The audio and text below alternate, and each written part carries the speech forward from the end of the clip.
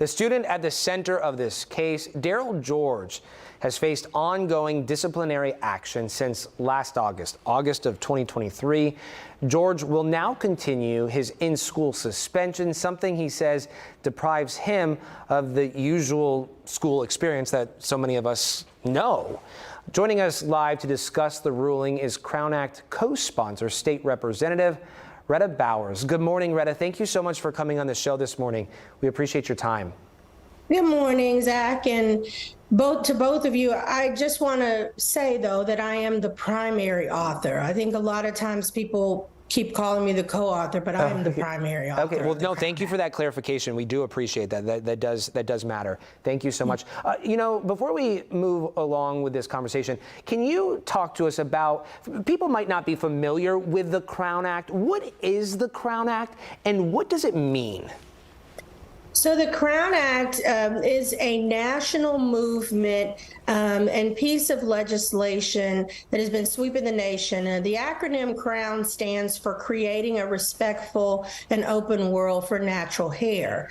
So this piece of legislation that we were so proud to pass last session during the 88th legislative session is really about more than hair. It's about acceptance and the freedom to show up as your authentic self and to be accepted and respected as you are, whether that's in the classroom at in our schools or in the workplace. Mm-hmm. So with this Chambers County judge's decision, how is that going to affect other Black students who may choose to use to wear their hair in a natural hairstyle?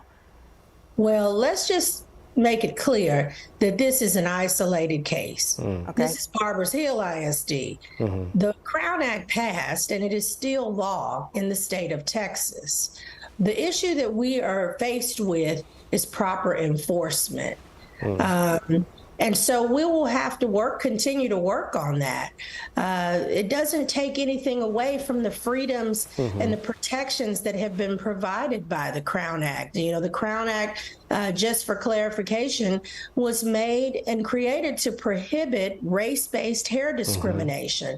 And it certainly has been a freeing and liberating time for a lot of Texans, because people do feel freed to wear their hair to work and to most schools, I should say, the way it grows out of their head and in protective styles that are certainly protected in the Crown Act. You know, this is so relatable and impacts so many people. Representative Bowers, what are the next steps in Daryl's case? You know, it's unfortunate because that was my question as I heard the news yesterday. What happens now to Daryl George? And then we heard that they have suspended him. My real concern for Daryl is that he had already missed over 80% of the school year. I read last night that they were keeping him from a hot meal, so he wasn't able to eat a hot lunch, nor did he have access to his instructional materials. So it says to me that he's going to be behind quite a bit because of this type of discrimination that he's faced. And my real concern is that I don't want him to have to repeat his 11th grade year.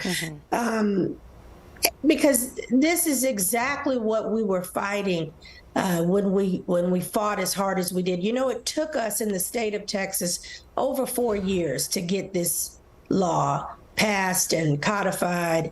And it was a great day to know we passed it, to have the bill signing.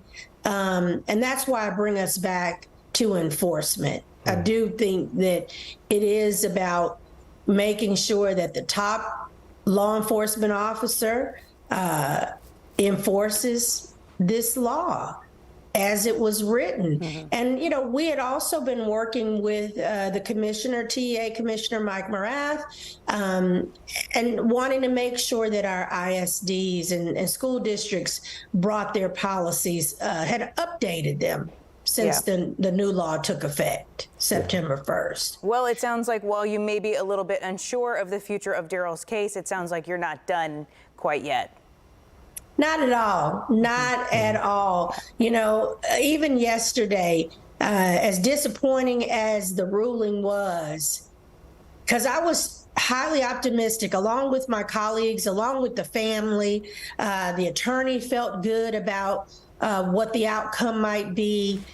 But I did have an inkling that it may not go the way we want it to. So you're exactly right. It gave us all the feeling that our work is not over. Our work is not done, and we've certainly have so much work to do. Okay. All right, State Representative Rhetta Bowers, we appreciate your time this morning and taking time to explain that to our viewers. Thank you so much. Thank you. Thank you for having me and bringing me back home. Yes, absolutely. Thanks.